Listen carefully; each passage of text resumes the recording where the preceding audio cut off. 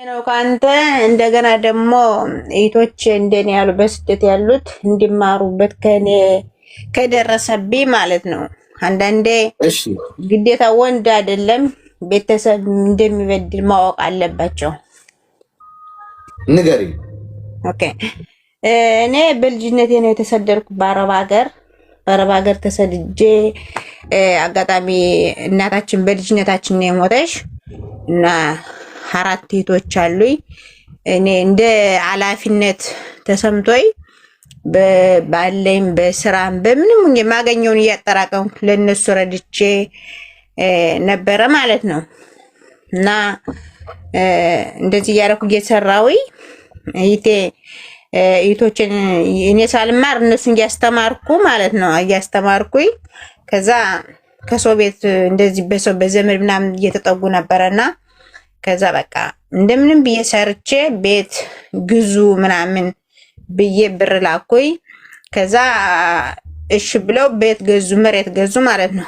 ከዛ አንዲቴ ኦኬ ኃላፊ ወስጄ እኔ ያሰራዋለሁ ምናምን አለሽ ቤቱን።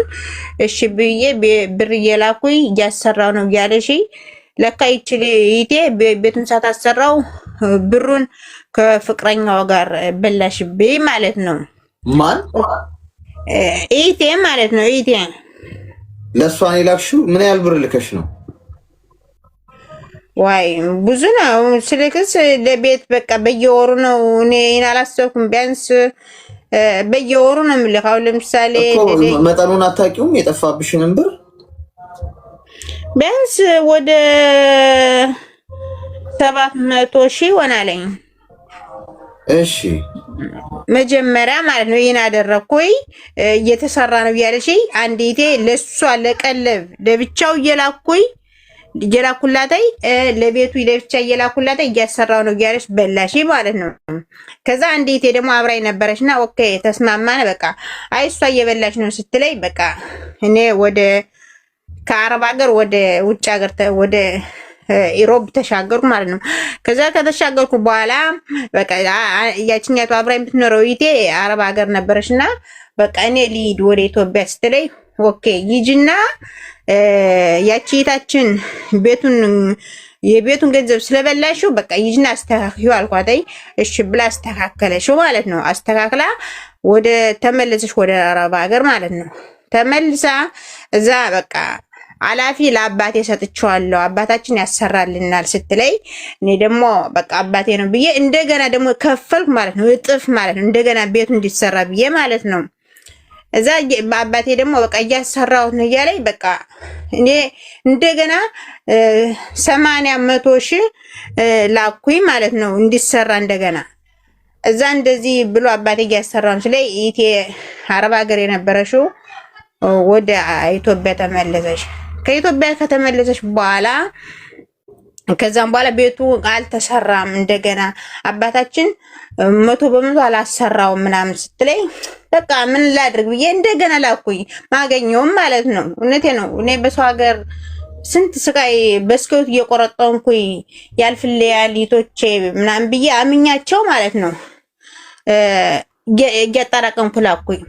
ከዛ ይቴ አረብ ሀገር የነበረችው ይቴ እዛ ሄዳ አልተስተካከልም ስትለኝ እንደገና ላኩ። ሶስተኛ ማለት 3 ጊዜ ክሳራ ማለት ነው። ከዛ እንደዚህ ብላ ምናምን አስተካከልኩ ስትለኝ በቃ እሺ ብዬ አምኛት ተስተካከለ። እዛ አረብ ሀገር ያለሽው ይቴ ምን አደረገሽ? አገባሽ። ባል አግብታ ለኔ ሳትናገር አግብታ እዛ ከባሏ ጋራ ቤቱ የኔ ነው ብላ መዘገበሽው ማለት ነው። ገባህ? ምን የኔ ነው ባል ሳግብታ ቤቱ የኔ ነው የኔ እንዳልሆነ አርግ የሷ እንደሆነ ብላ በዚህ በፊርማ ሲጋቡም ይፈርማሉ። እንደዛ የኔ ቤት ነው ብላ ፈርማ አሁን ከባሏ ጋር ትኖርበታለሽ ማለት ነው። አሁንስ እኔ ምን ማድረግ እችላለሁ? አሁን ስታስበው አጠቃላይ ምን ያህል ብር አወጣሽ ጠቅላላ? ጠቅላላማ ቢያንስ ብዙ ነው እንጂ ወንድሜ እኔ በዶላር ስለምልከው በኢትዮጵያ ቢያንስ እንጃ በኢትዮጵያ ቢያንስ በዶላር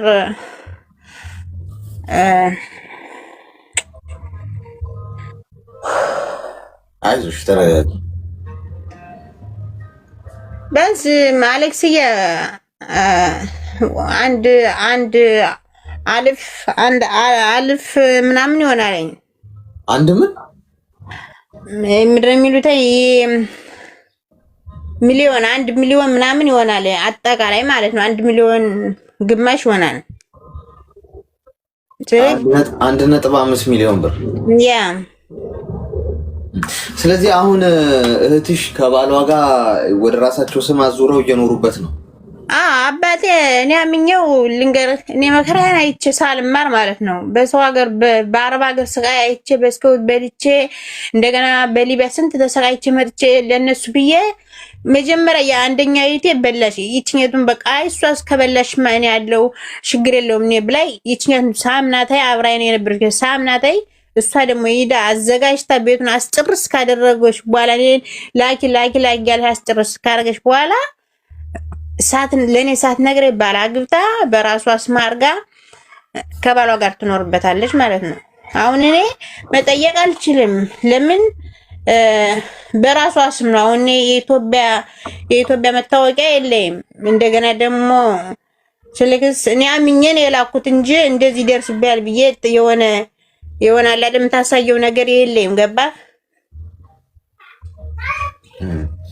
አይዞሽ እድሜሽ ስንት ነው አሁን? አሁን እድሜ 30 ሆኗል። ወደ ሀገር ቤት መሄድ አትችይም? እችላለሁ፣ ግን ደግሞ ጭቅጭቅ ስለመፈራራ በቃ በዚህ ጭንቀት ማለት ነው ራስ በሽታ የሆነ በጭንቀት የተነሳ ራስ ያመያለኝ ቢያንስ በሳምንት 2 ምናምን በቃ ፌንት እበላለሁ እና በቃ ጭቅጭቅ ፈራው። አሁን ሂጄ እንደገና ደግሞ በቃ እኔ የሆነ እንደዚህ ይሆናል አይደል በባንክ ስልክ አሁን ልክ እንደ አረብ ሀገር ታወላን የሚባል ነገር አለ።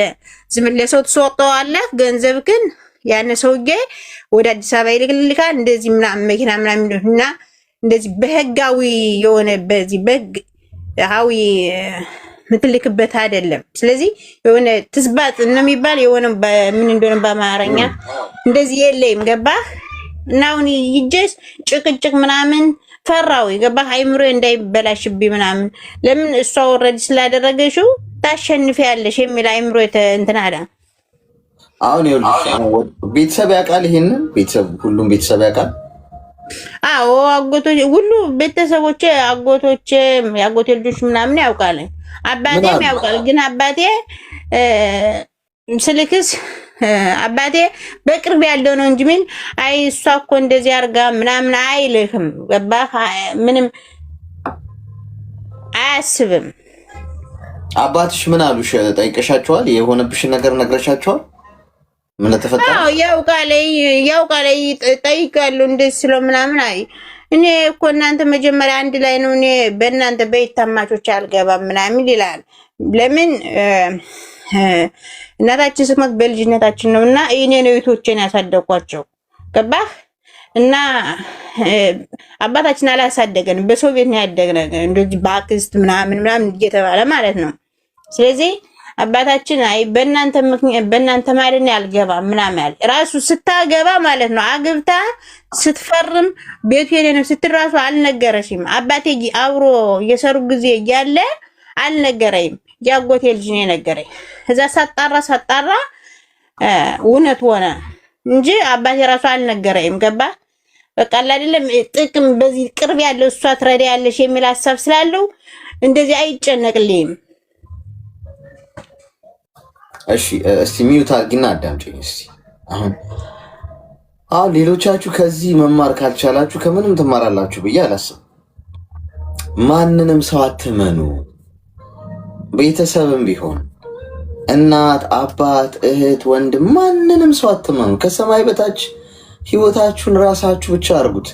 በህይወታችሁ ልታሳኩ፣ ልትሰሩት፣ ልታገኙት፣ ልትገዙት፣ ልታደርጉ የምትችሉትን ነገር ራሳችሁ አድርጉት። ቤት መስራት ከሆነ ራሳችሁ ማትሰሩበት ሁኔታ ከሆነ ያላችሁበት ሀገር ወይም ሁኔታ ያዙት። ገንዘባችሁ ስትችሉ ሄዳችሁ አድርጉት። በመልእክተኛ እንዲያርጉልኝ እያላችሁ ብትልኩ ሰዎች አያረጉም። የእናንተንም ለመገንባት እናትም አባትም ወንድምም እህትም ማንም ቁጭ ብሎ የሚጠብቃችሁ ይሄ ሁሉም ጥቅመኛ፣ ሁሉም ማንም አይራራላችሁ።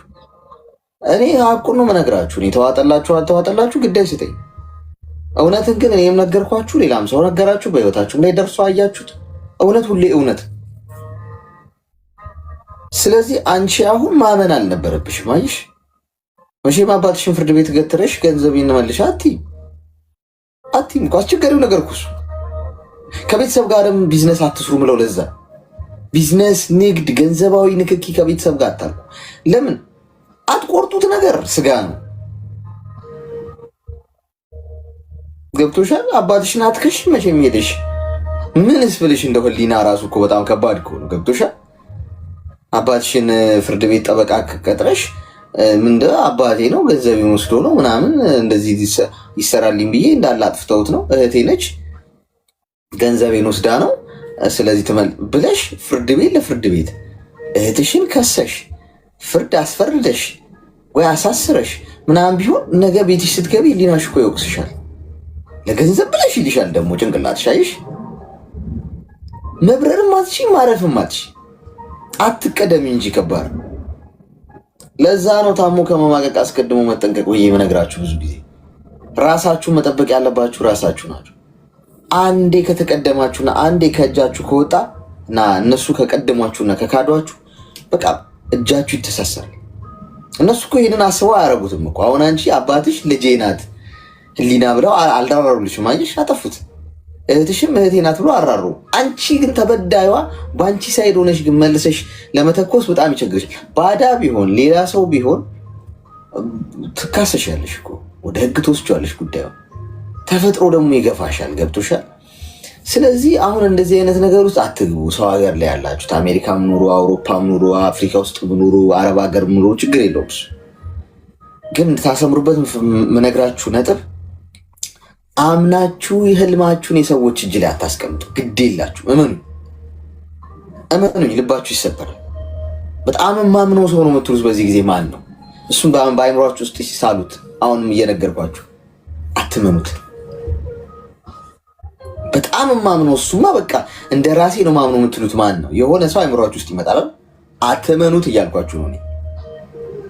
ሰው ነው ስጋን የለበሰው። እማምነው አንድ እግዚአብሔርን ብቻ ነው። ይቅርታ ለማንም ማመኜ ጀርባዬን ልሰጥ አልችልም። ምክንያቱም ለሰው ልጅ ጀርባዬን ከሰጠው የሰው ልጅ ሊወጋኝ ይችላል። አምኜ ልዞር የምችለው አንድ ፈጣሪን ብቻ፣ ህልሜን፣ ሀሳቤን፣ እንቅዴን ልነግረው የምችለው ቢሳካም ባይሳካም ነግሬው ሚስጥሬን የሚጠብቀው እሱ ብቻ። የሰው ልጅ ዛሬ ተዋደዳችሁ፣ አብራችሁ በላችሁ፣ አብራችሁ ጠጣችሁ፣ ቀን ጠብቆ ይሸጣችሁ። እመን ዮሴፍ በገዛ ወንድሞቹ አይደለ የተሸጠው? የገዛ ወንድም እናቶቻችሁ ናቸው ቢሸጧችሁ። እንደውም በእነሱ ይብሳል ክህደት። ባይዘ ልንገራችሁ፣ የማያውቃችሁ ሰው ሊክዳችሁ አይችልም። የማያውቃችሁ ሰው ጓደኛ ብላችሁ የያዛችሁት ሊሆን ይችላል። ወዳጅ ማለት ሌላ በቃ ሩቅ የሆነ ሰው እናንተን ለመካድ ይፈራል። ምን እንዳላችሁ አያውቅም። የኔ የምትሏቸው ሰዎች በእነሱ ይብሳል ክህደቱ፣ መሸምጠጡ፣ መዋሸቱ፣ ጀርባ መውጋቱ፣ እናንተን ለመጣል መልፋት መውጣቱ በእነሱ ይብሳል። ለዛ ነው የዘውትር ጸሎቴ ምን እንደሆነ ታውቃላችሁ? እኔ ጸሎት አልችልም። ጌታዬ ወይ ወዳጆቼን፣ ጠላቶቼን እኔ እጠብቃቸዋለሁ። ምንም እንዳያሳስብ ለእኔ ተውልኝ። ጠላቶቼ እኔ አስተናግዳቸዋለሁ። ዋናው አጠገቤ ያሉ ወዳጅ መሳዮቼን አንተ ልባቸውን ስለምታውቅ፣ ልብና ኩላሊታቸውን የምታውቀው አንተ ብቻ ስለሆንክ፣ ሀሳባቸውን የምትመረምረው አንተ ብቻ ስለሆንኩ አንተ እነሱን ተከላከልልኝ። አንተ እነሱን ዘወር አድርግልኝ፣ ክፋታቸውን ከኔ ሰወር አድርገው ብዬ ነው ምጸልየው። የኔ እናት በጣም ከባድ ጸሎት ነው ለገባችሁ ሰዎች። አንዳንዶቻችሁ ብዙ ላይገርማችሁ ይችላል። በጣም ግን ኃይለኛ ጸሎት ነው ይሄ ጸሎታችሁ ፈጣሪ ከሰማ በህይወታችሁ ስኬታማ ነው የምትሆኑት። ምክንያቱም እናንተ ላይ የሚያደባ፣ እናንተን ለመጣል የሚሞክር፣ እናንተን ክፋት ሴራ የሚሸርብላችሁ አጠገባችሁ ጎድጓዳ ጉድጓዳችሁን የሚያውቅ አብዳችሁ የምትጨባበጡት፣ የምትበሉት፣ የምትጠጡት፣ የምትገቡት፣ የምትወጡት ያ ሰው ነው አዘናግቶ ገንድሶ የሚጥላችሁ። እኔ ምነግርሽ የኔ እናት አሁን ተረጋጊ። ጥፋቱ ያንቺ ነው። ማመን አልነበረብሽም።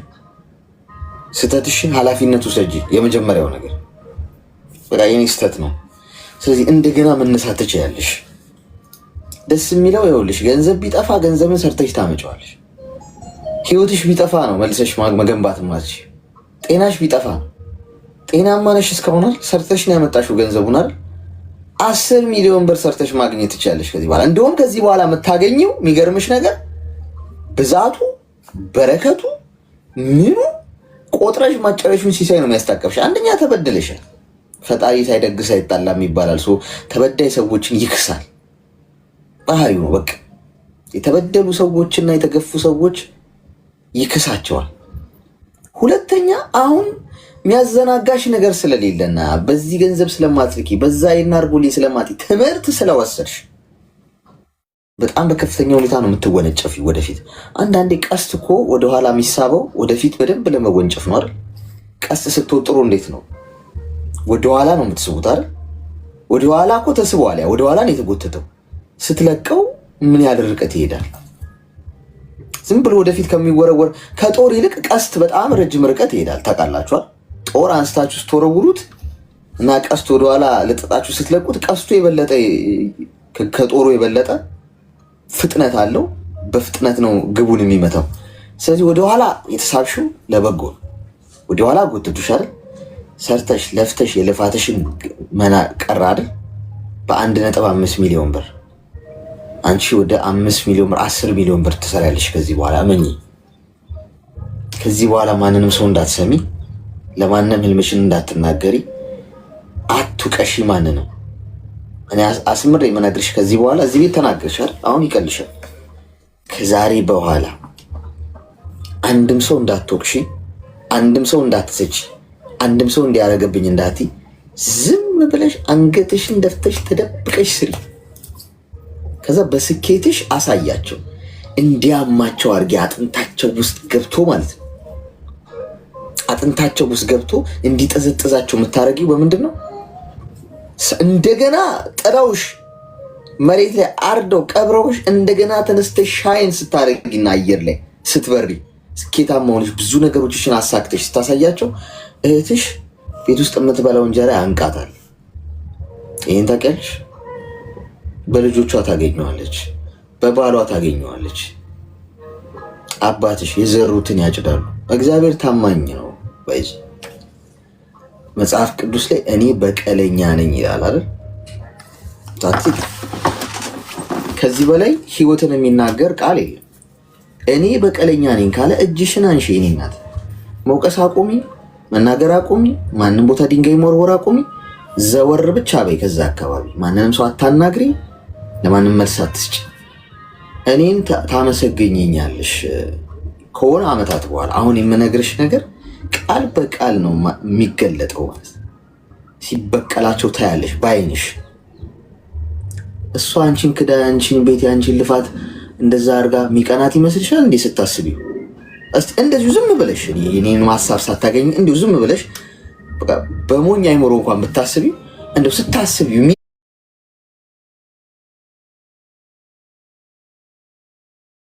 ቀናት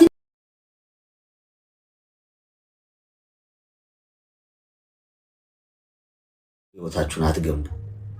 የዛሬ ምቾታችሁ እንዲህ እንደሆነ አይቀጥልም። እመኑ፣ ተጠንቀቁ። በጣም ነገ ይከፍላል። ዛሬ ተመቸ እንደተመቸ አይቀርም። ነገ የምትከፍለው ዋጋ በጣም ከባድ። መገፋት ይሻላል፣ የኔ እናት መካድ ይሻላል። እንኳን አልካድሽ። በህይወታችሁ የተካዳችሁ ሰዎች እንኳን ደስ አላችሁ። እሺ እንኳን አልካዳችሁ፣ እናንተ እንኳን ተካዳችሁ። ስለዚህ እኔ እናት እንደገና ጀምሪ፣ እንደገና ስሪ፣ እንደገና ከፍ በይ፣ እንደገና ይመርብሽ፣ እንደገና ገንዘብ ያዥ፣ ከዜሮ ጀምሪ።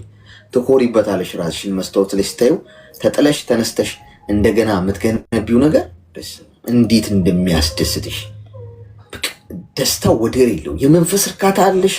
አይምሮች ሰላም ነው። ስለዚህ እንደገና ተነሽ። እሺ ኦኬ አሌክስዬ፣ በጣም አመሰግናለሁ። በጣም ነው አመሰግን። እውነት ነው። በተለይ እህቶቼ ከኔ ተማሩ። አሁን ልክ እናንተ እንደነገርካቸው ከኔ መማር አለባቸው።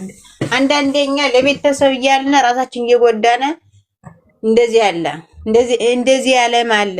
ስለዚህ የኔ ልክ እኔ እንደደረሰብኝ እንዳይደርስባችሁ መጠንቀቅ ነው። እና አሌክስዬ በጣም አመሰግናለሁ የኔ ወንድም፣ እግዚአብሔር ያኑርልኝ። አሜን አሜን፣ እግዚአብሔር ያክብርልኝ። ኦኬ ቻው።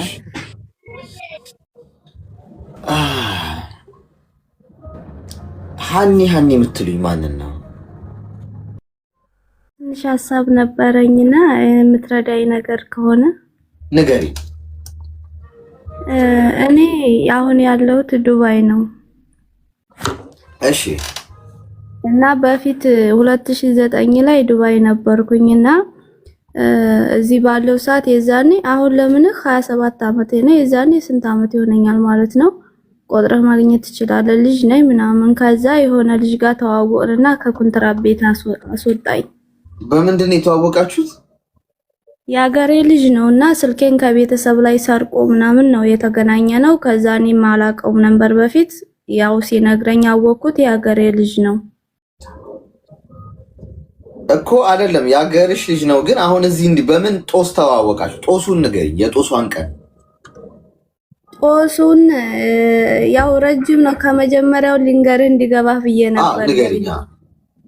ከዛ ተዋወቅን። ያው ቤተሰብ ማሳወቅን፣ ኒካ አስረን ቢያንስ 6 ወር እንደዛ ነው የቆየ ነው። ኢጃዛ ቤት አስቀመጠኝ። ኢጃዛ ቤት ባስቀመጠኝ ሰዓት የኢጃዛ ቤት ሰዎች የሆነ ነገር አደረጉኝና እኔ አበርኩኝ በሰዓቱ ማለት ነው።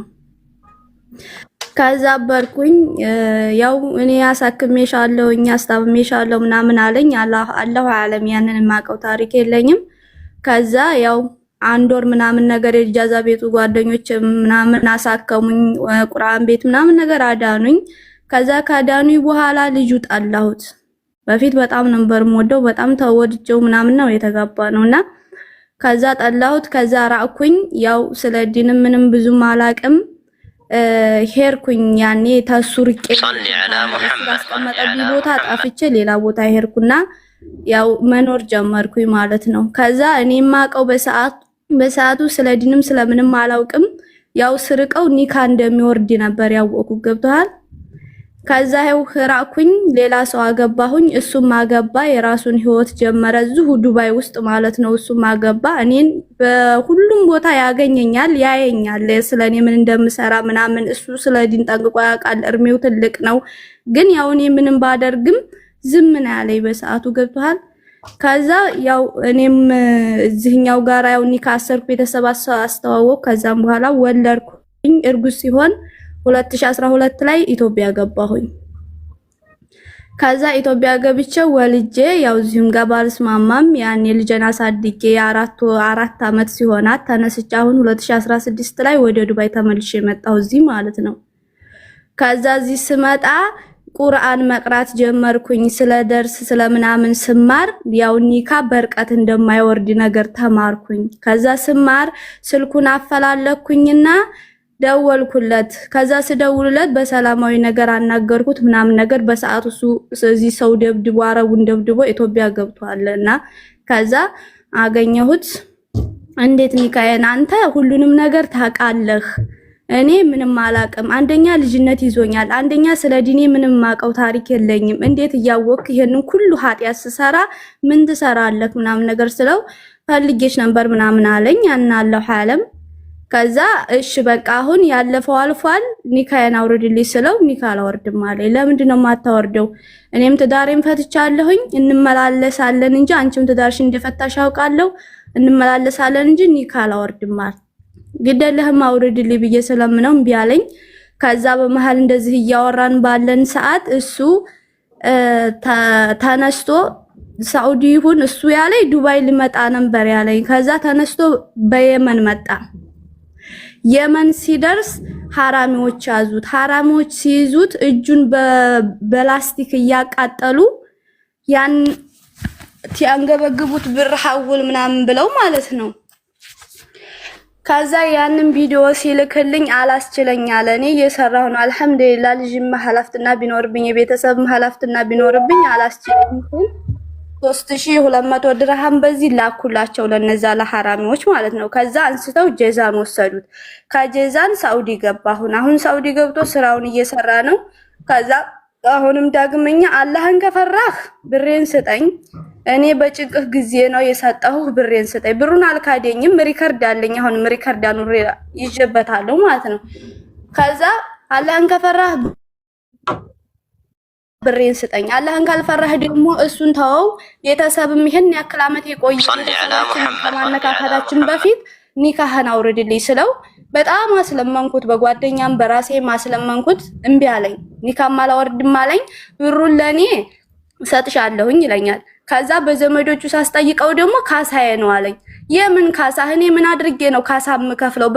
በጭንቅ ጊዜ፣ በቸገረህ ጊዜ፣ በራቀህ ጊዜ ቀርቤሃለሁ፣ ሰጥቻለሁ። እሱንም ደግሞ አንተና እኔ አላህ ነን የምናውቀው፣ ሌላ ሰው ማንም መሀላችን የለም። ስለዚህ ከነየትክ ስጠኝ፣ በማንኛውም መማኛሊዝም። ካልነየትክ ደግሞ እኔ አሁን ይሄን ገንዘብ እንደዚህ ብል ቤተሰብ ማነካካት ነው ብላው ገንዘቡን። እኔም አንተም አላህ ፊት እንቀርባለን፣ ይዛኔ ትሰጠኛለህ። ኒካዬን አውርድልኝ፣ የራስህ ህይወት እየኖርክ ነው፣ የራሴን ህይወት ልኖርበት ብዬ ስለው እኔን እምቢ አለኝ። በዘመድ ማስጠየቅኩት እምቢ አለኝ። እና ስልኩን ብሰጥህ እሱን ለኒካዬ ብቻ፣ እኔ ለገንዘቡ እንትን በልልኝ አልልም፣ ለምኑም አልልም፣ ግን ኒካያን እንዲያወርድልኝ ብትጠይቅልኝ ብዬ ነው። እስቲ ተረጋጊ፣ እስቲ ሚዩት አድርጊና አዳምጪኝ። እሺ አሁን እርግጥ እሱም አገባ አንቺም አገባሽ፣ በጣም ብዙ መንገድ ተርቃችሁ ሄዳችኋል ሁለታችሁ። ገብቶሻል? አንደኛ ነገር አንቺም ፍቺ አይነት ሁኔታ ውስጥ ሳትገቢ በትክክል በተረጋገጠ ሁኔታ ተለያይተናል፣ አንተም መንገድ ጋር አንቺም መንገድሽ ጋር ተባብላችሁ ሳትለያዩ አንቺም እንዲህ አይነት ነገር ውስጥ መግባት አልነበረብሽም። አሁን ጣት መቀሳሰሩ አይደለም የሚጠቅመው፣ መፍትሄው ላይ ማተኮር ነው። አንቺም አጥፍተሻል፣ እሱም አጥፍቷል። ስለዚህ አሁን ይህንን ጥያቄ ማውሰድ ያለብሽ በደንብ በዚህ ጉዳይ ላይ እውቀት ሊሰጡሽ የሚችሉ መንፈሳዊ አባቶችሽ ጋር ብትሄጂ በጣም ጥሩ ነው። ምክንያቱም ይሄ ከመንፈሳዊ ሕይወት አንጻር የሚዳኝ ነው ወይም የሚነገር ነው። ገብቶሻል? ሄደሽ የገጠመሽን ነገር እንዴት ይታያል ይሄ ብለሽ እሱን ማስጠየቅ ምናምን አይደለም። በሰው መጀመሪያ ጉዳዩ ላይ መፍትሄ ሀሳብ እንዴት ይመጣል? ገብቶሻል? ከመንፈሳዊ ሕይወት አንጻር ይሄኛው እንዴት ነው የሚዳኘው የሚለውን ጠይቂ። መጀመሪያ ነው መጠየቅ ያለብሽ። እሱን አውርድልኝ አታውርድልኝ ከእሱ ጋር ግብ ምናልባት እሱ ዝም ብሎ ወጠጤ ስለሆነ እዚህም እዛም ስለሚል እንዳልሽው በፈቃዱ አረጋለሁ አላረግም ሊል ይችላል። ግን በትክክል በህጉ መሰረት እንዴት ነው የሚታየው የሚለውን ሄደሽ ጠይቂ። ከዛ በኋላ መፍትሄ አለው፣ መፍትሄ ታገኛለሽ። በዛ መንገድ ከእሱ ጋር አትመላለሽ። እሱ በእልህ ምን ሊያደርግ ይችላል? አላረግም፣ አረጋለሁ፣ እንዲህ ትሆኛለሽ፣ እንዲህ ታመጫለሽ ሊልሽ ይችላል። ገብቶሻል? እሱን አትስሚ። እውቀቱ ያላቸው ሰው አባቶችሽ ጋር ሄደሽ ንገሪያቸው። ተግባባ? ኡስታዞችን ጠይቄያለሁ። ካላወረደልሽ ምንም ማድረግ አትችይም፣ እሱኑ ጠይቂ። ከዛም በኋላ ያው ሀገር ስትገቢ ሸሪዓ ፍርድ ቤት ከሰሽ ነው አሉኝ። እኔ ደግሞ አሁን ላይ ሀገር መግባት አልፈለኩም ነበረ እና እዚሁ ምናልባት እናንተም ፈርቶ እንደዚህ ወይ ደግሞ ፎቶ እንትን ላይ ይወጣብኛል ምናምን ብሎ ፈርቶ ስትጠይቁት ቢያወርድልኝ ነው እንጂ ኢትዮጵያ ከገባው እኮ በሸሪዓ ፍርድ ቤት ይወርዳል እኮ። ቆይ ይኸውልሽ፣ አሁን ከፎቶ መውጣት ጋር ሚውት አድርጊ እስኪ። ከፎቶ መውጣት ጋር አይገናኝም እኮ የኔና እኔ ሶሻል ሚዲያን እንዴት እንደምታዩት ነው አይገባኝ። ማለት አንድን ሰው እዚህ ጋር አውጥቼ አዋርጄው ፎቶ እንዳይፖሰት ተብሎ ምናምን በዚህ ሰው ፎቶ ቢፖሰት የሆነ ሰው ኮመንት ይሰጣል ይላል። ሰው ማንም ግድ አይሰጠውም ላንቺ። እኔ እናት መፍትሄ በዛ መንገድ አታገኝ። እኔ ሶሻል ሚዲያ ላይ ወጣችሁ ፎቶ በማስፖሰት ቪዲዮ በመፖሰት መፍትሄ የምታገኙ የሚመስላችሁ ሰው የሆነ ሰሞኑ ጉዳይ ነው። እኔ እናት ፖስት ብታረጊው ሰው ኮመንትና ላይክ ይሰጥሻል፣ ከዛ ይረሳዋል። ሁሉም የየራሱ ይወጣሉ። በነጋታው ሌላ አጀንዳ አለ፣ ትረሻለሽ። ገብቶሻል?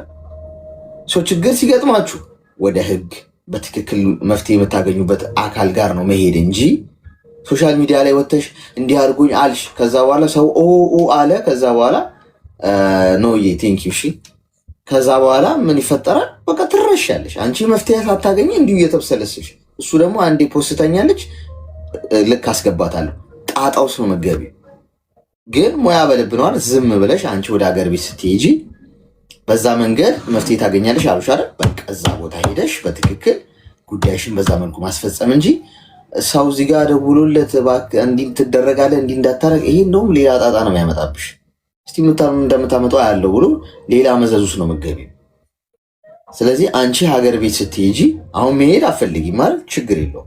ስትሄጂ ይህን ነገር በትክክል በህጉ መሰረት አስተካኪው ሄደሽ፣ መፍትሄው ያ ነው። እሺ ተግባባ? እሺ ወንድሜ ባረከላህ። እሺ መልካም ቀን ይሁን።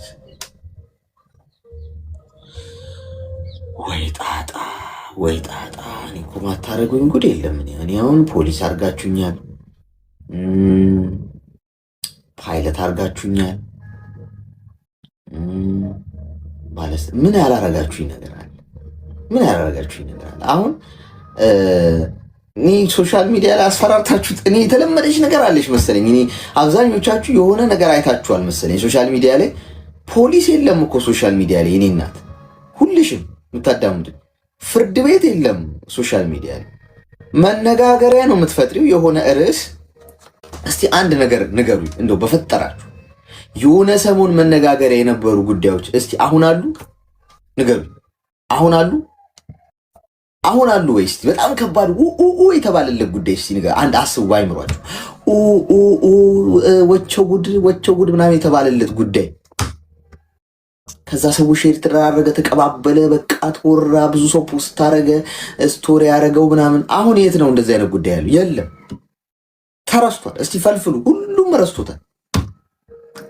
እንዲህ ነው የምትረሱት ሶሻል ሚዲያ ላይ። ተበደልሽ፣ በደል ደረሰብሽ፣ ፖሊስ ጣቢያ ሄደሽ ወደ ህግ አቅርቢ። ህግ መፍትሄ ይሰጥሻል።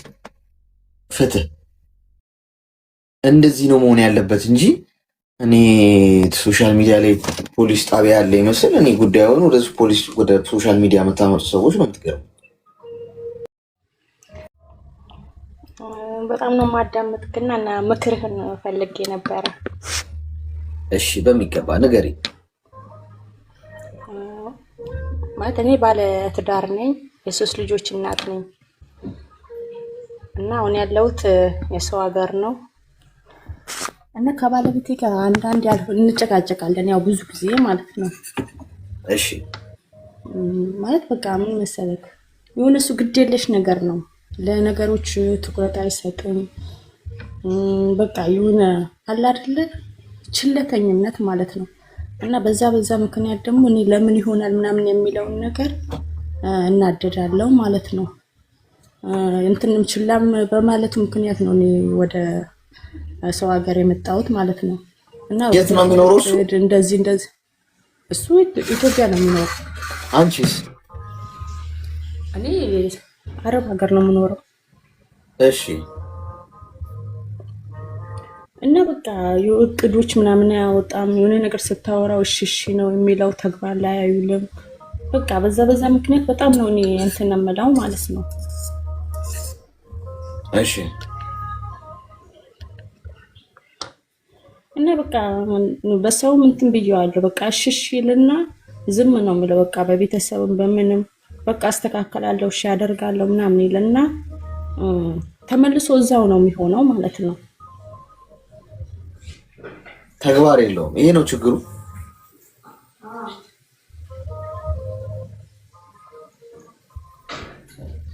ማዳም መጣች እንዴ? አይ አልመጣችም። እሺ ችግሩ ይሄ ነው። ይሄ ነው በቃ። እና እስከመቼ የሚለውን ነገር እስከመቼ ምናምን የሚለውን ነገር በጣም እንራውን ስልክ ራሱ ቆይ ለምሳሌ ምንድነው አረጋለሁ ብሎ ማያረገው ነገር እስቲ አንድ ነገር ንገሪኝ። ለምሳሌ ማለት በቃ ለምሳሌ ስራም እንትን ይልና በቃ ማንኛውም ነገር በቃ እቅድ። ቆይ እኔና አሁን ምን መሰለሽ ችግር ማንፈታው ለምን መሰለሽ ብዙ ጊዜ ችግሩን በግልጽ አናውቀውም። ገብቶሻል? ምንድነው ችግሩ የሚለውን ነገር በግልጽ ወቂው መጀመሪያ እሱ ነው መፍትሄ ከሆነ የምንፈልገው። አሁን አንቺ የሆነ ነገር ነው እያልሽኛለሽ። ምን ለምሳሌ ስፔሲፊክ አድርጊው። ለምሳሌ ብርጭቆን ከዚህ ጋር አንስተ እዚህ ጋር አርጊ ስለው አረገው። አንድ ምሳሌ ነው ልሽ ገብቶሻል? እንዲቀልሽ ምን ለምሳሌ አንድ ነገር ንገሪኝ እስኪ ምሳሌ ብለሽ ለምሳሌ እንዲህ አረጋለሁ ብሎ አላረገም ብለሽ ንገሪኝ እስኪ። ለምሳሌ አሁን ቤት መስራትም ይሆናል ወይም ደግሞ ስራ ማሻሻልም ይሆናል። እንደዚህ አይነት ነገር የለም። በቃ ባለበት ስራ ላይ ስራ የሚሰራና ወይ ከስራል አንዱ ስራ ላይ ብቻ ነው ችክ የሚለው ወደ ሌላ ስራ እስኪ ይሄን ካልተሳካልኝ ይሄንን ነገር ልቀይረው ምናምን የሚለው ነገር የለም። በቃ አንዱ ያዘው ላይ አንዱ ላይ ነው። ከከሰረም በቃ እዛው ላይ ነው እንትን የሚለው ማለት ነው። በፊትም ነው ወይስ አሁንም ነው? በፊትም ነው። አሁን ደግሞ አታገቢ በፊት ሳላገባው በፊት በቃ የግል ስራ ነው የሚሰራው ስራው። በርግጥ ግን እንደዛው ነው በቃ እንደዛው ነው። በፊት የሚሰራው ስራ ነው፣ አሁንም እንደዛው ነው። እስቲ ጠንካራ ጎኖቹን ንገሪኝ እስቲ። አሁን እንግዲህ ስህተቱን የነገርሽ እስቲ ምርጥ የምትዩ ጠንካራ ጎኑ ምንድን ነው? 3 ነገር ንገሪኝ። ለልጆቹ ጥሩ አባት ነው። በቃ ልጆቹን ይንከባከባል። እሺ፣ ሁለተኛ 3 ነገር ንገሪኝ። 3 ጠንካራ ጎን የምትያቸው። በቃ ቤቱን እንትን ይላል፣ ይወዳል። በቃ እሺ፣ እኔም ያናደኝ ምን መሰለህ? ቆረ በህግ አምላክ የኔ እናት፣ እኔ እኮ ነው አስቸጋሪ እኮ። ስምሽን ስጠይቅሽ ለምረው ሰፈርሽ የምትነግሪኝ የኔ እናት? እኔ ጠየቅኩሽ አንድ ጥያቄ ብቻ። 3 ጠንካራ ጎኖቹን ንገሪኝ ያልኩሽ። አንደኛ ይሄ፣ ሁለተኛ ይሄ፣ ሶስተኛ ይሄ። በቃ አለ። እንዲህ ብቻ እንድትይ ነው የፈለግኩት። አንቺ ሌላ ነገር ውስጥ እየገባሽ ችግር የለውም እንመጣበታለን። ግን አሁን ጥያቄ 3 ጠንካራ ጎን የምትያቸው የባልሽ 3 ጠንካራ ጎን የምትዩ ንገሪኝ። 3 የለውም? 3 ጠንካራ ጎን በቃ ልጆቹን ብቻ ነው የሚወደው። ልጆቹ አንድ ሺ። ሁለተኛ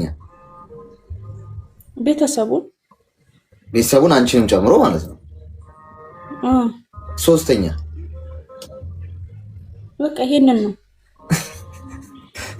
እሺ ሚውት አድርጊና አዳምጪኝ። እሺ እኔ እኮ ጋይስ እኔ ኔጌቲቭን ነገር ስለምናይ ጠንካራ ጎን መናገር በስመ አብ። ይሄ ማለት በታሪክ የሰዎችን ጠንካራ ጎን ለማየት ጊዜ የለን።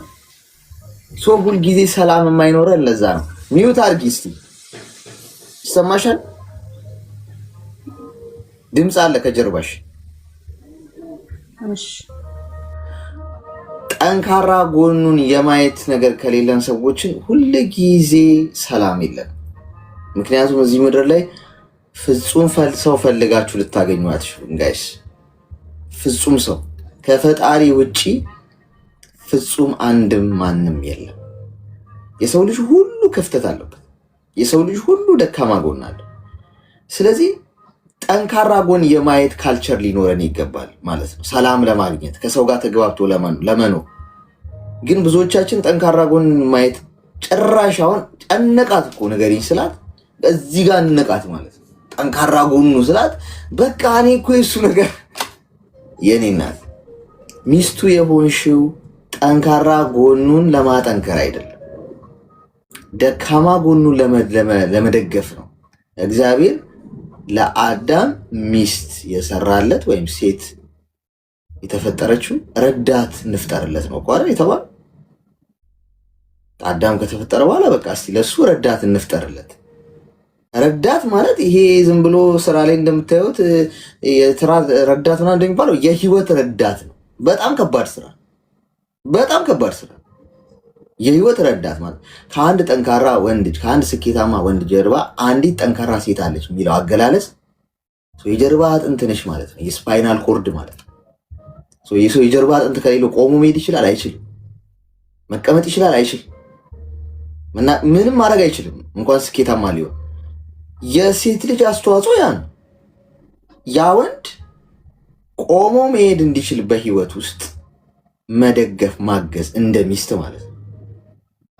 የሚስቱ ረዳት የሌለው ሰው በውጭም ስኬታማ ሊሆን አይችልም። ቆሞ መሄድም አይችልም። ሰላምም የለው። አይታችኋል። በትዳራቸው ሰላም የሌላቸው ሰዎች ውጭ ሄደው ሲበጠብጡ ነው የምታገኟቸው። ሰላም ብቻቸው መንገድ ላይ እያወሩ ነው የሚሄዱት። በትዳሩ ደግሞ ምርጥ ሚስት ያለችው ልባም ሚስት ያለችው ወንድ ሁሉም ቦታ ስኬታማ ነው። የሄደበት የረገጠው መሬት የሰራው ሁሉ ይበዛል። የነካ ሁሉ በጣም ሰላሙ ደስ ይላል። ገብቶሻል? አንቺ ይሄ ድክመቱ ነው ብለሽ እሱን ጀጅ ማድረግ የለብሽም እያልኩሽ ነው። ምክንያቱም ድክመቱን እሱ ይህን ለማገዝ ነው ፈጣሪ ሚስት ያደረገሽ። እሱ ዋናው እኮ አንቺ በቃ ተግባርሽን ረሳሽው። እንደውም እሱን እንደ ድክመት እየተችሹ እየመታሹ ነው እንደ መምቻ ዱላ። ለዛ ነው እኔ በፊት የነበረ ነው ወይስ አዲስ የመጣ ነው ስልሽ በፊትም እንደዛ ነበራሽ። አየሽ ተፈጥሮ ነው ማለት ነው ይሄ ሰው። ምናልባት ጠንካራ ጎኑን ንገሪኝ ደግሞ ብልሽ የሚገራርሙ ጠንካራ ጎኖች ልትነግሪኝ ትችያለሽ። ግን አንቺ አልፈለግሽም። ለምን? ኦልሬዲ ትኩረትሽ ምኑ ላይ ነው? ደካማ ጎኑ ላይ። አንቺ አይንሽ እዛ ላይ አርፏል። ተኩላና በግን ብታሳድጊ፣ የተኩላ ግልገልና የበግ ግልገል ብታሳድጊ ለየትኛው ነው ምግብ የምትሰጪው ነው ህይወትሽን የሚለየው። ያ ለበጉ እያመገብሽ ከሆነ በጉ ያድጋል። ተኩላውን እየመገብሽ ከሆነ ተኩላው ያድጋል። ያደገው ነገር ምን ያደርግሻል ነው? ተኩላው ይበላሻል ኦልሬዲ።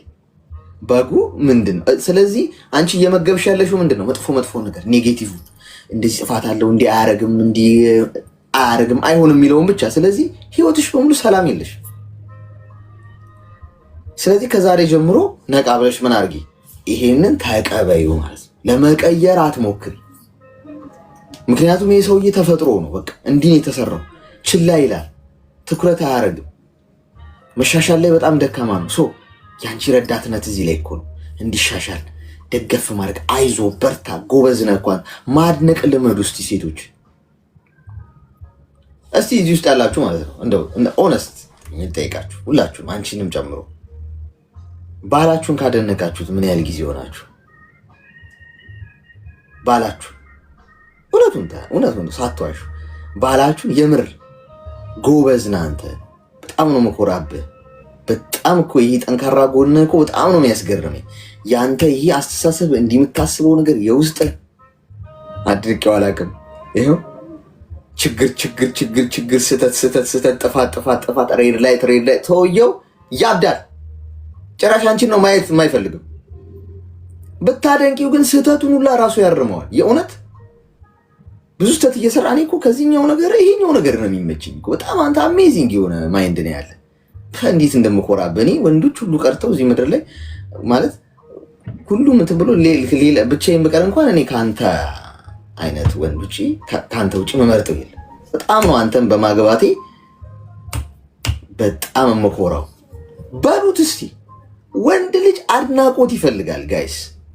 ባላችሁ ከእናንተ ሪኮግኒሽን ይፈልጋል ከሴቶቹ። ሴት ልጅን ምንድነው ተንከባከባት፣ እንደ ብርጭቆ በጣም ልትሰበር ትችላለች፣ በደንብ ተጠንቅቃ ያዛት እንደሚባለው ወንድ ልጅ እንትን ይፈልጋል፣ ሪኮግኒሽን። በርታ፣ ጎበዝ፣ አንተ ትችላለህ ምናምን ይፈልጋል። ይሄ ተፈጥሯችን ነው። ባይዞ የምር ፊልም የምናደርገው የምንጋራውን ስሜት ነው የምነግራችሁ። የእውነት ሚስቱ ከምትጨቀጭቀውና ሚስቱ ከምታመሰግነው አፕሪሺየት ከምታደርገው ወንድ ሁለቱን ቁጭ አድርጋችሁ ብታወሯቸው ማይንዳቸው ኮምፕሊትሊ ይለያያል። ስለዚህ ባላችሁን አድንቁ እስቲ። ስህተት ቢኖር እንኳን ስህተቱን ብቻ አትንገሩት። ጥሩ ነገሮቹንም የመንገድ ልምድ ይኖራችሁ። ከዛ ሲሻሻል ታዩታላችሁ። ስለዚህ ጥፋት አንድ፣ ተሰደሻል፣ ስደት ላይ ሆነሽ እሱን እየወቀሽ ነው። ጥፋት ሁለት፣ ችግሩን መቀበል አለብሽ። ተቀበዩና ወደፊት ሙቭ አድርጊ፣ አግዢው በዛ ሁኔታ ላይ። እሱ ማድረግ ያልቻለውን አንቺ አድርጊው። ገብቶሻል? በቃ እሱ ችላችን ላይ ላለ አንቺ ያንን አድርጊው። አንቺ ደግሞ ደካማ ጎን ኖሮሽ እሱ ደግሞ ተናገር ቢባል እንዲህ ችግር አለባት እኮ ብሎ ሊነግረን ይችላል። አየሽ፣ ብዙዎቻችን ጣት መቀሰር እንጂ ድንጋይ ሞርወሩ ላይ እንጂ እኔ ኃላፊነቴ ምንድን ነው ብለን አይተን አናውቅም ሁላችንም። ስለዚህ ከዛሬ ጀምሮ በዚህ መልኩ አስተካክዩ። እሺ፣ ተግባባን?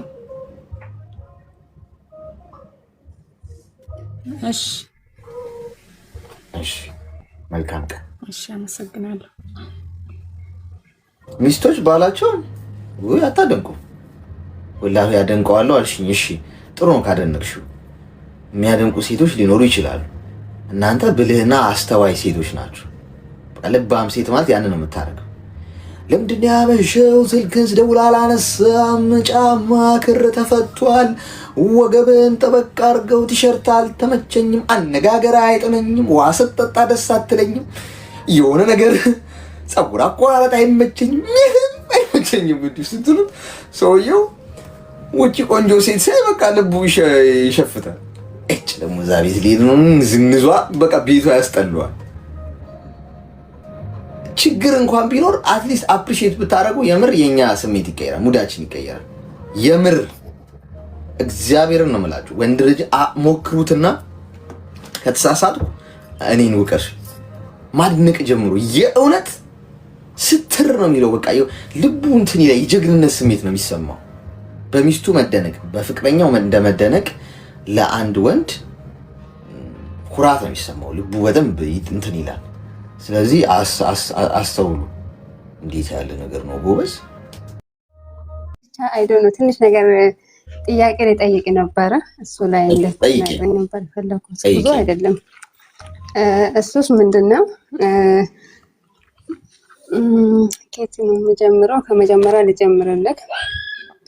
ኦሬዲ ጓደኛ ነበረና 1 አመት ሆነናል። በመጀመሪያ አብረን ነው የተማርነው። እሺ አሁን በመጀመሪያ አብረን ተምረናል። ከዛ ግን ተምረን በዛ ታይም ላይ ምንም የለንም። ገብቶሃል? ኦሬዲ የክላስ ጓደኛ ነን። አንድ ሰፈርም ነን፣ ግን አብረን ተምረናል። ኖርማሊ ምንም የለንም። ከዛ አሁን እሱ ጋር የተዋወቅነው በአጋጣሚ ነው። የዛሬ 1 አመት በእህቷ አማካኝነት ነው የተዋወቅነው። ከእህቷ ላይ ስልክ ተቀበልኩትና የአክስቴ ልጅ ስልክ ተቀበለች ከእህቷ። ከዛ እንዴ ይሄ እኮ አየሽው እንዴ ስትለኝ እንዴ አለ እንዴ ይሄ ልጅ እስቲ ላውራ ምናምን ብዬ እስቲ ያቀኛል አያቀኝም ብዬ ስልኳን ተቀበልኩትና ቴሌግራም ላይ ሃይ አልኩት። ከዛ እንደውም ፎቶዎች ሁላ እስቲ እንዳያቀኝ ብዬ ጣጣፍቼ ፎቶዬን ከዛ ሃይ ስለው ጊዜ ሃይ አለኝ። ማን ነበር? ሜሮን ይባላል ብዬ ነው ተዋወቅኩት። ከዛ በኋላ የት ከየት ነው? ከዱባይ። ከዛ አወቀኝ። ተወቃችን በዛ ነው። ከዛ አወቀን። ከዛ እንዴት አወቀኝ ምናምን ብዬ በቃ እንደው መሰለኝ አለኝ። እሺ ብዬ ሰላም ተባባል። እንግዲህ ይሄ ነገር ተለያየን ከ10 አመት ምናምን በኋላ ነው፣ ከትምህርቱም ተምረን ከጨረስን በኋላ። ከዛ በቃ አወራን። እንዳጋባክ ወይ አለኛ። አላገባውም። አንተ ስለው አላገባውም አልኩኝ። በቃ እና በዛ ምክንያት ነው የተዋወቅነው። ከዛ የፍቅር ጥያቄ ሲያቀርብልኝ በሰዓቱ አልተቀበልኩም። ምክንያቱም እኔ ዝም ብዬ ኖርማል እንድላወራ ነው እንጂ ወይን ለፍቅር ፈልጌ ወይም ልወደውም አይነበረም። ግን በምናወራበት ታይም ላይ ተግባባን። በመጀመሪያ እኔ የምፈልገውን ነገር ጠየቅኩት። እንደዚህ ትችላለህ ወይ? እንደዚህ ስልክ እኔ በመንፈሳዊ ነው የምፈልገው እና እነዛ ነገሮች ማድረግ ትችላለህ ወይ ብዬ ስጠይቀው አዎ እችላለሁ አለኝ። ከዛ ሳስበው አንደኛ የሀገራችን ልጅ ነው፣ ቤተሰብ ይተዋወቃል፣ እኛም አብረን የተማርነናል። በዛ ታይም ግን የፍቅር ግንኙነት የለንም እና በዛ ነገር እሺ ተባብለን በአጋጣሚ የዛሬ አመት ወደ ሄጄ ነበር እኔ ወደ ሀገር ቤት ከሰው ሀገር ወደ ሀገር ቤት ሄጄ በዛ ታይም ላይ የሄድኩበት የራሴ አላማ አለኝ። እሱን ላገኝ ወር ደግሞ ከሱ ጋር ስለተዋወቁ ብቻ እሱን ላይ አልነበረም። አላማ ነበረኝ። እነዛ አላማዎች 2 አላማ ነበሩኝ። እነዛን አድርጌ ለመመለስ ነበር። እነዛን አረኳቸው። ከዛ በዛ መሃል ላይ እንገናኝ ተባባልን። ሄጄ ከ1 ወር በኋላ እሱን ያገኘሁት ማድረግ ያለብኝን አድርጌ ከጨረስኩ በኋላ ወደ አዲስ አበባ ስመለስ ከ1 ወር በኋላ አገኘሁት። አወራን። ከዛ በኋላ ሳውራ በቃ አነጋገሩ ከሁሉ ነገሩ መልካም ነው። ወደፊት የሚያስባቸው ነገሮች መልካም ነው፣ ይሰራል። ለዛሬ ሰው ለነገ ወደፊት ያለው ህይወቱ ያስባል። እኔም ደግሞ እንደዛ አይነት ሰው ወደ ስራ ጎበዝ ነው በቃ አፕሪሺየት የሚያደርገኝ አላማ ያለው ሰው አለ አይደልስ? አንዳንዴ ስለሰራክ ብቻ እኮ ልትኖራለህ ማለት አይደለም። በቃ አላማ ያለ ሰው ነውና በዛ ምክንያት በቃ እኔም አሰብኩትበትና በቃ እሺ ብዬ ተቀበልኩት። ከዛ በዛ መሃል አትሂጂ አለኝ። በቃ አትሂጂ ኦልሬዲ መተሻል፣ እዚህ ትሆኛለሽ፣ እንደዚህ ነው እየሰራው ነው። አይ እኔ አንደኛ አንተን ለማግባት አልነበረም የመጣሁት፣ አላማ ነበረኝ። አላማዬን አሳክቻለሁ፣ ሄጄ መስራት አለብኝ። እኔና አንተ አንድ መሆን ካቻል ምንም ማለት አይደለም። 1 አመትም 2 አመትም ከጠበቀኝ ልንገናኝ እንችላለን። ከወደድከኝ ልጠብቀኝ ትችላለህ። ቃልህን ካመንክ እኔ ታመናለሁ፣ ከታመንክ ተመልሰን ልንገናኝ እንችላለን ተባብለን በጣም ጫና አድርጎ ነበር አትሂጂ ብሎ። እኔ ደግሞ በቃ ካልኩበት አልኩ ነው፣ በቃ ንቅንቅ አላልኩም። ምክንያቱም ኦሬዲ አላማ አለኝ፣ ለአላማዬ ነው እንጂ የምቆመው። እሱ ዛሬ በፊት አልነበረ ዛሬ ህይወቴ ውስጥ መጥቶ ህይወቴን ሊቀይር አይችልም በአንዴ። እሱ ስላለ ብቻ እሺ ልለው አልችልም። እኔ ያ ነገር ስለሆነ እሺ ተባብለን ብቻ መጣው። እንግዲህ በዛ መሃል መጥቼ ኖርማል እናወራለን። አሁን ልጠይቅ የምፈልገው መልስ መስጠት የምፈልገው ይሄ ፓርት ላይ ነው። ስራ አልቀየረም፣ ስቲል ያው ስራ ነው የምሰራው። በዛ ታይም ላይ ጠዋት ይደውላል፣ ምሳ ሰዓትም ከምሳ ሳይደርስም እንዴት ነሽ ይላል። ቴክስትም ከተመቸ ቴክስት ያደርጋል እና እንደዛ ቢያንስ ሁለት ወር በቃ ልበል 2 ወር በደንብ አውርተናል። ያለውን ነገር አውርተናል፣ ተግባብተናል። የምፈልገው ነገር ያለ የምፈልገው ነግሮኛል። ወደፊት ያለው ነገር አስብናል እና በዛ ምክንያት 2 ወር በቃ ኖርማል አውርተናል። ከዛ በኋላ በመሃል የሆነ ነገር ሀፕን አደረገ። እሱ ጋር አለኝ ያለ ነገር የሆነ መሬት ምናምን ነበረ። ያ መሬት ፈረሰና ከዛ በዛ ምክንያት ትንሽ ተናደደ ምናምን። በቃ አይዞክ ሁሉ ነገር እኮ አንተ ስላልከው ሳይሆን እግዚአብሔር የፈቀደ ነው የሚሆነው። ይሄንንም ሰርቴ ነው ያገኘው፣ አሁንም ሰርቴ ልታገኝ ትችላለህ። ዋንታ አንተ ካለ ሁሉ ነገር አላፊ ጠፊ ነው። ሰርቴ እንዳገኘ አሁንም ሰርቴ ታገኛለህ ብዬ ያ ነገር ፕሮፊት አደረኩ። አይዞህ ካልኩ ምናምን አልኩ። ወደ ጸበልም ሄደ። በዛ ምክንያት ትንሽ ጸበል ቆይቶ መጣ። ከዛ በኋላ በቃ ነገሮቹ የተቀየሩ መጣ። ምክንያቱም አንድ ነገር አሁን ለምሳሌ ልንገር ያለስ አንተ የሆነ ነገር ካርክ ወይኔ እኮ ይሄ እንደዚህ ነው እንደዚህ ባይሆን እኮ እንዴት አደረግ ነበር እንዲህ ነው ሁሌ ጭቅጭቅ ሳይሆን ሁሌ ስለዛኛ ነገር ስለተፈጠረ ነገር ሁሌ አንድ አይነት ካወራው አንተ ያንን ነገር ልትረሳ አትችልም አይደል እንዴ? ስለዛኛ ሳይሆን ደግሞ ስለተፈጠረ ነገር ሁሌ ያ ነገር ማውራት አልፈለኩም። አንደኛ አውርቼ እሱ ማናደ ስላልፈለኩት በቃ እሱ እንዲረሳ ያን ነገር እንዲረሳ በረሳ እኮ አይረሳም። አትሊስት በቃ አለ አይደል እንደዛ ሳረገው። ግን እሱ እንዴት ነው ተረዳኝ። እሱ የጣያ ነገር የጠፋበት እኔ ምንም ነገር በቃ ምንም እንዳልመሰለኝ አለ አይደል ምንም ነገር እንዳልመሰለኝ ነው የተረዳኝ። ያ ነገር ደግሞ እኔ ተሰምቶኛል። ምክንያቱም እኔም ብዙ ነገሮችን ሰርቼ ሰው ሀገር ላይ ሰርቼ ያጣዋቸው ነገሮች አሉ። ያ ነገር አጣው ብዬ ያ ነገር ለምን አጣው ብዬ ያዛኝኝ ካልኩት ይጨመራል እንጂ የሚቀነሰው ነገር የለም። ስለዛ እኔ ያን ነገር አስሪ ማውራት ስላልፈለኩት ተውኩት። ከዛ እሱ እንዴት ነው እኔ ምንም ነገር አንቺ ስለጠፋብኝ ምንም አልመሰለሽም እንዲህ ነው። በዛ ምክንያት በቃ መራራቅ መጣ። ከዛ ጭራሽ ያልሆነ ነገር ንግግር ከኔ ጋር ያልሆነ ፖስቶ ዳውንሎድ አድርጎ ወደ እኔ ልካል። ለኔ እሱ እንደማልገባ እኔ እሱን እንዳልወድ የምን ፖስት ነው አለ አይደል? አሁን የሆነ አለ አይደል ቪዲዮዎች አሁን ለምሳሌ እኔ እሱን እንዳልወደድኩ የሚያና እንዴት ልበልህ የሚያስረዱ ነገሮች አለ አይደል? አንቺ አትወጂኝም አንቺ እንደዚህ ነው የሚለው ቪዲዮዎች በቃ እኔን የማይወክሉኝ ነገሮች ዳውንሎድ ያደርግና ከቲክቶክ ላይ ወደ እኔ ልካል። እኔ ደግሞ ያ ነገር እኔን አይወክለኝም። ገብቷል? እኔ ደግሞ በጣም ነው የምናደደው። ምክንያቱም አይወክለኝም ለምን ይልክልኛል ለዛ ነገር። ያ ስለሆነ በጣም ስለምናደደው እንደዛ ሳረገው በቃ እኔ ደግሞ እናገራለሁ አላልፍም። ገብቷል? ግልጹ ነው የምናገረው። እኔን አይወክለኝም ለምንድን ነው ይሄን የምትልክልኝ?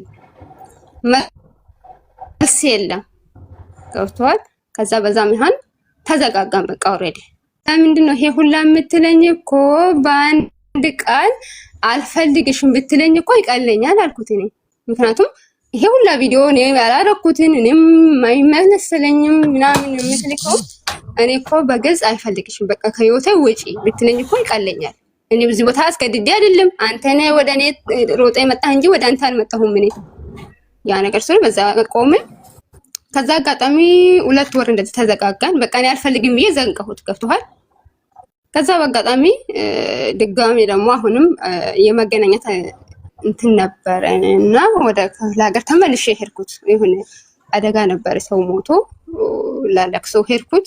በዛ አጋጣሚ ደግሞ 10 ቀን ነው የቆየሁት እዛ። በዛ አጋጣሚ እዛ ታገናኘን፣ አወራን ስለ ለቅሶ መጣ ሄደ በቃ። ከሱ ጋር ምንም ያወራ ነገር የለም። በስልክ ነው በስልክ እንደዚህ መጥቻለሁ ብለህ ሳትነግሪኝ ለምን እነግርሃለሁ ምናምን ብዬ በዛ ነገር ዘጋሁት በዛው። አሁንም ደግሞ ስመጣ ወደዚህ ስመለስ አልነገርኩትም። መቼ ትሄጃለሽ አለኝ። አይመለከትህም መቼም ፈልቋለህ። ይሰማል ይሁን አይደው ነው ይሰማል ኦኬ እና አይመለከትም አትሄጂም አለኝ። ከዚህ በኋላ አትሄጂ ኦሬዲ መተሻል። እኔ እኮ የመጣሁት እንደዚህ ሆኖ ነው ለቅሶ ነው እንጂ የመጣሁት አንተን ላገኝ አይደለም የመጣሁት። መምጣት አልነበረኝም ግን ግዴታ ስለሆነ የመጣሁት። አሁን ደግሞ ይሄዳሉ፣ ማንም አይከለክለኝም። አትሄጂም በቃ በስልክ ነው ይሄንን የምናወራ፣ አልተገናኘንም በአካል። ከዛ በኋላ እኔ ስልኬን አጥፍቼ ቀኔን ስጨርስ ተመልሼ መጣሁ በሳምንት ወደዚህ። ከመጣሁ በኋላ ነው እንግዲህ ከመጣሁ በኋላ ለካ ያህል አስከፍቼሻለሁ፣ ለካ ያህል በድጄሻለሁ፣ እኔ በዛ ንዴት ላይ ሆኜ አንቺ እንደዛ ስትይ በቃ ተናድጄ ነው የኔ ጥፋት ነው ምናምን ብሎ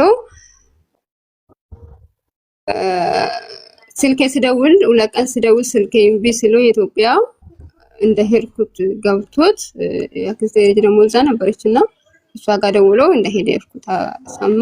ከዛ ነው ገባ ይሞደወለ እንደዛ አለ። ታዲያ ምንድነው ጥፋቱ? እኔ ያ ሁላ ቪዲዮ ስትልክልኝ ያ ሁላ ስትል እኔ ጥፋት ምን ቦታ ነው? እኔ ስለተደረኩት አንቺ ብቻ ሳይሆን ጓደኞችንም ርቄ ነበር። ብቻዬን ጊዜ ማሳለፍ ነበረብኝ። ሁሉም ያናድደኛል። ከሃይማኖቴ ጋርም ልጣላ ትንሽ ነው ምናምን ቀረ። በቃ ያላወራ ነገር የለም። ያን አለ እሺ አትሊስት ጥፋተኛ እንደሆን ካወቅ እሺ እኔ ለምንድን ነው የሚል ጥፋት ነበር ጥያቄ ነበረኝ። እኔ ጥያቄ ምንድነው እኔ ምንም ባላረኩት ነገር ለኔም ማይመስልኝ ነገር ለምንድን ነው እኔ ላይ ያረከ ነበር የጠይቀው የኔ ነው ብሎ ይቅርታ ታየቅ። በዛ መሃል አለፈ። ይቅርታም ማረኩለት። ገብቶሃል?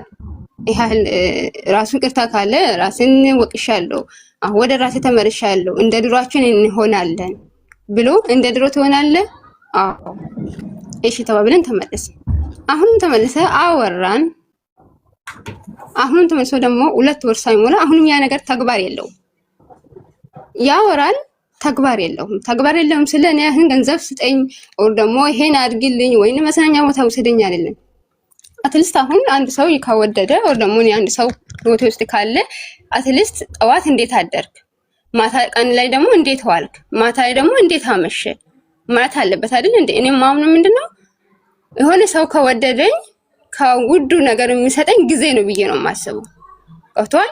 ማናችም ሰው ስራ ላይ ነው ያለነው። ከስራህን ቀንሰ የምትወደው ሰው ጊዜ ነው የሚሰጠው ከሁሉም ቅድማ ብዬ ነው የማስበው። ያ ነገር ግን እሱ ጋር የለም። ለምንድን ነው ብዬ ስጠይቀው ስራ ላይ ነኝ። ግን እኮ ኦንላይን ነው። ገብቶሃል? ቀጠዋት እኔ ከመነሳቴ በፊት ኦንላይን ይገባል ይወጣል፣ ይገባል ይወጣል። እኔ ቴክስት ሳረግም አይመልስም። ከሁሉም ደግሞ የሚያናይደኝ ቴክስት ሳረጉ ያያል አይመልስም። እኔም ቆይ እስቲ ጸጥ ልበል ብዬ ራሱን ጸጥ ካልኩት አያርግም። እንዴት አደርሽ የለም እንዴት ዋልሽ ሲያስፈልግ ብቻ ነው ደውሎ እኔ ሊያገኘኝ የሚችለው። እኔ ከደወልኩ ዝግ ነው። ከዛ በፊት ግን 2 ወር በነበረበት ጊዜ በደወልኩበት ታይም ቴክስትን ባረኩበት ኮህን ይመልሳል። ስራው ያው ነው አልተቀየረም ይያሃል ይመልሳል። ቆይ አሁን ስራ ላይ መልሼ እደውልልሻለሁ ይላል፣ ወይም በቴክስት ወይም በቮይስ። እኔ ስራ ላይ እንደሆን ካውቃለሁ። አትሊስት ስራ ላይ ነኝና እንዴት አደርሽ በቃ ስራ ላይ ነኝ፣ አሁን ከተመቸኝ እንገናኛለን እደውላለሁ፣ አለበለዚያ ደግሞ ማታ እደውላለሁ የሚባል ነገር አለ። ያ ነገር የለም። ለምንድን ነው ብዬ ስጠይቁ ስራ ላይ ነኝ። ስራ ላይ እንዴ ጠዋት ከእንቅልፍ ስትነሳ ቴክስት እሺ አትደውልልኝ፣ ቴክስት ማራገ 30 ሰከንድ ማን ጎዳ? አንቺ በዛ ታይም አትነሽም። አልነሳም ልተኛ እችላለሁ፣ አትደውል አላልኩም፣ ቴክስት ወይም ቮይስ። ከዛ ሁሉ የሚያጨቃጭቀን ምንድነው? ይሄ ነው። እኔ ከሁሉም የምፈልገው ለኔ ፍቅር ካለ ጊዜ አታጣም አልኩት። አዎ ለምትወደው ነገር ጊዜ አታጣም ማለት ታደስ መሻረኩ። በዛ መሃል በዚህ ተጣልተን አሁንም ታረቅን። ይሁን እሺ አረጋለሁ፣ አሁንም ስህተቴ ነው ብለው በሁለተኛ ነገር ተጣላን። አሁንም አስተካክላለሁ ብለው ይቅርታ ጠይቆ ታረቅን። አሁንም 3ኛ ጊዜ ላይ ያው ነው። ገብቶሃል? እኔ ከሱ የምፈልገው ነገር ኦንላይን ይገባል ይወጣል፣ ግን ከኔ ጋር እንዴት አደርሽ የለም፣ እንዴት ዋልሽ የለም፣ እንዴት አመሸሽ የለም። ስፈልግ ብቻ ነው። እኔ ስፈልግ በፍጹም ደውዬም ላገኝ አልችልም፣ ቴክስትም ካረኩ አልመልስም። እና እኔ ጥያቄ ምንድነው እዚህ ቦታ የምትነግረኝ የምፈልገው እኔ በቃ በወጣ ከህይወቴ በቃ አልፈልግም ስል ዞሮ አሁንም ይቅርታ ብሎ ይመጣል። ገብቶሃል? በቃ አሁንም ጨርሻለሁ፣ እኔ ከዚህ በኋላ አያስፈልገኝም ካልኩት አሁንም ዞሮ ይመጣል። አሁንም ዘግቻለሁ፣ አሁንም አይነጋገርም። ግን ይቆይና ይደውላል። ይቆይና ይደውላል። ገብቷል? እኔ አላነሳም ብደውልም፣ ምክንያቱም አንስቼ የማወራ ነገር የለም። ስለዚህ ይሄ ነገር ላይ ምን ትለኛለህ? እሺ ስሚዩት አድርጊና አዳም ይህ የህፃናት ጨዋታ ማለት ነው። በቃ ቴክስት ሳረግልህ ለምን አትመልስልኝም? እንደዚህ ብለሽ ቢመልስልሽ ራሱ እኮ እኔ ምንድነው እርካታው ነው። ገፍታችሁ በቃ ተጭቃጭቃችሁ እኚኝ ብለን ምናምን እናስኬደው። ልክ እንደ ቮልስ መኪና፣ የድሮ ቮልስ መኪና ተገፍታ ነው የምትነሷል። እባካቸው እንዴ ከኋላ ደገፍ አድርጉልኝ ምናምን ተብሎ ሰው ገፍቶ ምናምን ጠዋት ሁሌ መኪና የሚያስገፉ ሰዎች አይ ነበረ ተማሪ እያለሁ ሁሌ በቃ ጠዋት መኪና ተገፍቶ ነው የሚነሳው። መኪናው ገፋ ሲናንደር ድራት አንድ ሁለት ምናምን አልተነሳም እንደገና። እንደዛ ነው እንዲህ አይነት ህይወት ውስጥ ያላችሁ ሰዎች የምትኖሩት። ተገፍቶ የሚነሳ መኪና ምኑን መኪና ሆነው እንዲህ የሆነ ሰዓት እኮ ሊቆም ይችላል መንገድ ላይ እየሄደ ድንገት የሚገፋልሽ ሰው ባይኖርስ መኪናው በቃ አስቀባቆመሽ ነው የምትሄጂው መሬት ላይ መንገድ ላይ የምትቀሪው። እንደዚህ አይነት ሰዎች ናቸው። እንደዚህ አይነት ሰዎች አንቺ ጭቅጭቁን የገረመኝ እድሜ ስንት እንደሆነ አላውቅም፣ ግን ቴክስት ለምን አትመልስልኝም? እንደዚህ አንቺ አትነሽም በዛ ሰዓት 3 ደቂቃ ታጣለህ እንዴ? በቃ ሰውየው አልፈለግም፣ ኢንተረስት የለውም። ሰው ካወደዳችሁ ራሱ ያርገው። ፍቅር እኮ ማለት እኮ ያኮ ነው። ራሱ ካላረገው እናንተ ብላችሁት ያደረገው ነገር በእውነት የእናንተ አይደለም። ነግራችሁት እባክህ ደውልልኝ፣ እባክህ አውራኝ፣ እባክህ ቴክስት አርግልኝ በግፊ እስቲ የሆነ ነገር ተውት። እስቲ ቦታችሁ ውስጥ ያለው ነገር እናንተ ስትተውት የሚቀር ነው ወይስ የምር ይመጣል? እናንተ ስትተውት የሚተዋችሁ ከሆነ ያለው በቃ ከሄደ ቆይቷል ማለት ነው። ገብቶሻል? አንቺ ጋር ያለው በቃ ለእንት ነው ለይምሰል እስቲ በቃ እንደው እንዳይደብራት አይነት ነገር ብሎ ነው ያለው ማለት ነው። እስቲ ለቀቅ ስታረጉት የምር ያ ነገር እንዴ ልጅ እኮ ወልደሽ ልጅሽ ቆሞ እንዲሄድ ከፈለግሽ ትይዢውና ትልቂዋለሽ አይደል? እንዲሄድ አመድራመዳ ይወድቃል እንደገና ከዛ የሆነ ሰዓት ላይ እኮ በራሱ ይቆማል። ህይወት ላይ ያሉ ነገሮችን እስቲ ካለናንተ ይንቀሳቀሳል ወይ ያለ ነገር ካለናንተ ግፊ የሚንቀሳቀስ ፍቅር ውስጥ ነው ያላችሁት?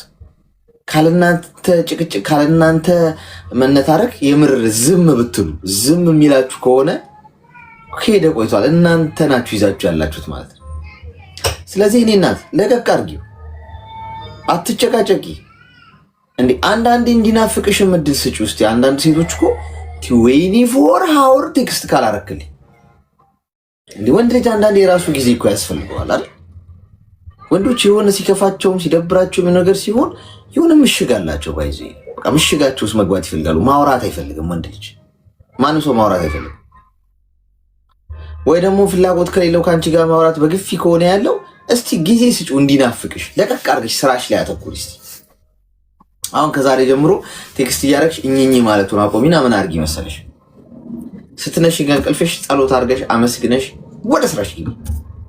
ቴክስት አላረገ ታዩ ስልክሽ እንደው ዳታውን አጥፍተሽ ስራ ስሪ። ከስራ ድክም ሲልሽ አየሽ ቴክስት አልገባማ፣ በቃ ሌላ ነገር ደግሞ አድርጊ። ወይ ጓደኞች ጋር ወይ ቤተሰብ ጋር አውሪ፣ ጊዜው ይለፍ። እይ ውስቲ ያለሱ ከዛ ሲናፈኩሽ ብሎ እንዲደውል እድል ስጪው። የርቀት ፍቅር ይሄ ነው በቃ። ባለፈው ነገራቸው ቦይፍሬንድ ያላት ሴትና ገርል ፍሬንድ ያለው ወንድ በተለይ በርቀት ጢው ያሉ ናቸው። በቃ አብደዋል። ብቻቸውን እያወሩ ነው የሚሄዱት። ልክ እንዳንቺ ይህ ለምድሩ ቴክስትን ያልመለስከው ኦንላይን ገብታ አልመለስክልኝም፣ ንቀት ነው ወይ ከሌላ ሰው ጋር ነው ወይ? በቃ ጭንቀት፣ ማበድ፣ ብቻ ማውራት፣ ሰላም የለም። ጠዋት ተነስቶኝኝ ማታ ተነስቶኝኝ። ሲንግልነት ይለምንም ጋይስ። ሲንግሎች ያለን ሰላም አንዴ ለሲንግሎች እስቲ ሞራል ስጡ። አንዴ ሞራል ያስፈልጋል በዚህ አጋጣሚ። በቃ ሰላም ያለው ሲንግሎች ጋር እኚህ የሚልብ የለ። ለምን ስልኬን አላነሳም? ስልክ ሲደወልበት አይመልስም። ኦንላይን ቁጭ ብላ አታይም ምናምን። ከማን ጋር ነበርክ? የት ነው የዋልከው? ቦይፍሬንድ ወይም ገርል ፍሬንድ ያላችሁ ምናምን ግን ስልክ ሌላ ወሳኝ የህይወት ጉዳይ እንኳን ተደውሎ እያወራ ቢዚ ከሆነ ወይም ዌይቲንግ ላይ ከገባች ከማን ጋር ነበር ስታወራ የነበረው? ማብራሪያ ስጥ ትባላል። እሱ ማብራሪያ ስጪ። ማብራሪያ ስጥ አትስጥ የለው። በቃ ነፃ ሆነ ነው የምትኖረው። ትዳር ውስጥ ስትገባ አንድ የፈጣሪ ያመጣው ትዳር ውስጥ ትገባለህ ጊዜው ሲደርስ። ስለዚህ የኔ እናት ንዝንዙን ተወት አድርጊውና የራስሽ ህይወት ላይ አተኩሪ። አሁን ትኩረትሽ እሱ ላይ ስለሆነ ሁልጊዜ እየሸሸሽ ነው የሚሄደው። እንደው ከአንቺ እንዴት እንደሚያመልጥ ነው የሚሽሎኮሎኮ። ስለዚህ ስለቀቅ አድርጊውና ኮንፊደንስሽን ያዢ፣ በራስሽ ተማመኝ፣ ራስሽ ላይ አተኩሪ፣ ጤናሽን ጠብቂ፣ ስራሽን ስሪ። ራሱ የኔ እናትን ጣልጣል አረገችኝ እኮ ምን አግኝታ ነው ብሎ ይደውላል። ኮራ ቀብረር ምናምን በይ፣ ራስሽን ሁኚ። ተግባባን? ዳይሬክት አመሰግናለሁ። ኦልሬዲ እኮ ነው ከተውኩት እኮ ሁለተኛ ወሬ ጀምሮ አትተውቷል። ትቻሉ ነው ደወለም አልደወለም ቴክስት አድርግም አድርግም እኮ